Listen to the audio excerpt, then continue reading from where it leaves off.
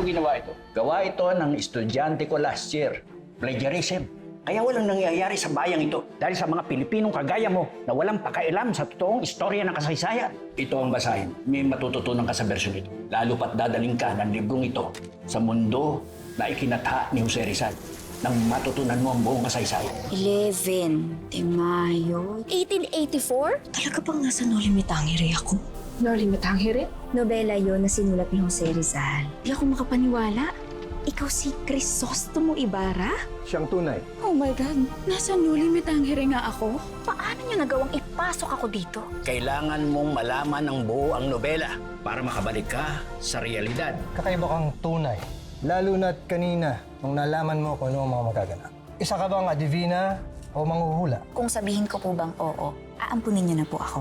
Ipipilit mo na naman yan. Si Padre Damaso ang dahilan kung bakit nawasak ang pagkatao ng inyong ama. Namatay ang inyong ama sa loob ng kanyang kulungan. Bakit hindi ako nagawang hintayin ni Crisostomo? Nagkainitan sila kanina ni Padre Damaso. Ayos lang po ba kayo, Sir Ibarra? Ayoko munang makipag-usap, Billy. Hayaan mo muna ako mag-isa.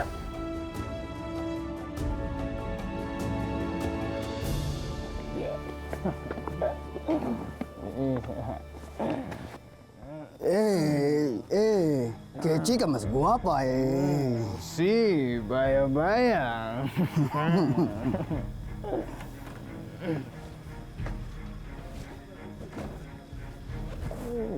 Señorita.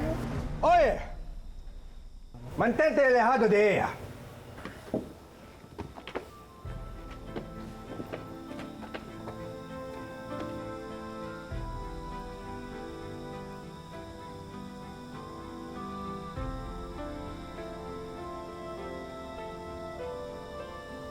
Bakit po kayo lumabas?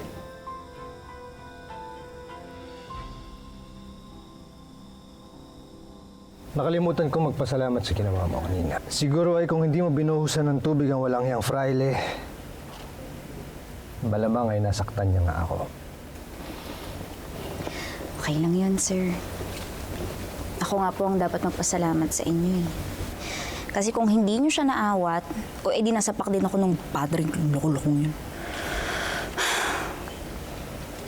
Ang totoo niyan at aaminin ko, pinagagaan mo ang loob ko ngayon. Sa kabila ng masasakit na nalaman ko ukol sa aking ama. Condolence po pala.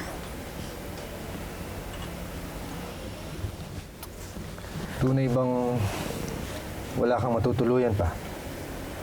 Sir, kung meron, ipipilit ko ba yung sarili ko sa'yo? Eh sabi mo nga, kababae kong tao. Bueno, sumunod ka sa akin.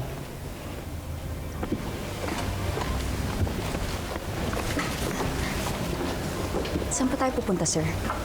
Akala ko ba gusto mong tulungan kita? Sige, May. Thank you, Lord.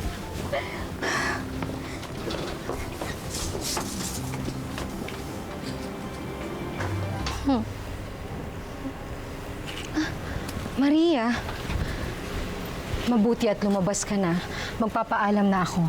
Babalik na ako sa Beaterio. Victoria, tama-tama. May papakiusap sana ako sa'yo. Utusan mo yung mga serbiyente sa Beaterio. At hanapin ka mo nila yung babaeng akala nating nasiraan ng bait. Sabihin mo sa kanila ay may pabuya ako sa sandaling mahanap nila ang mestiza de Sangley. Eh, hindi ko maunawaan. Bakit mo siya ipinapahanap? Iha? Ven aquí. Saka ako na ipagtatapat sa'yo ang totoong dahilan. Basta lumakad ka na. Gracias. Tama?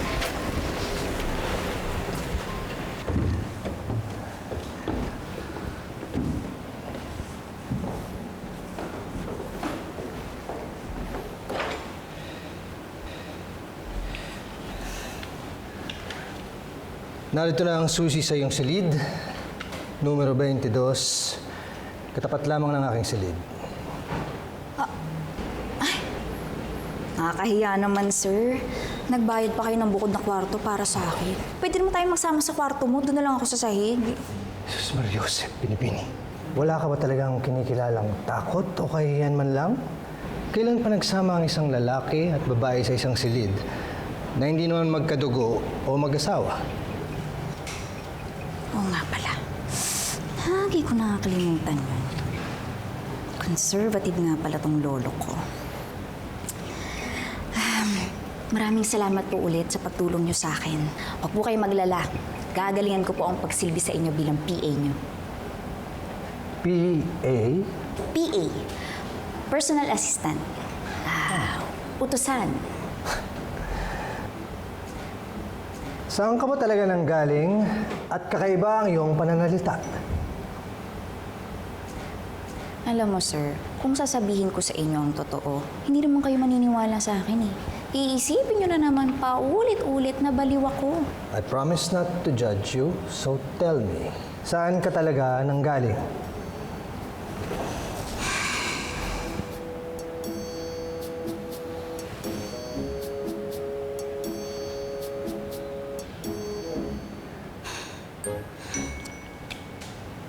I came from the future, sir. Galing po ako sa taong 2022. At dahil sa, ewan ko, mangkukulam yata yung professor ko, siya ang nagdala sa akin sa mundong to. Sa mundo ng Noli Me Tangere.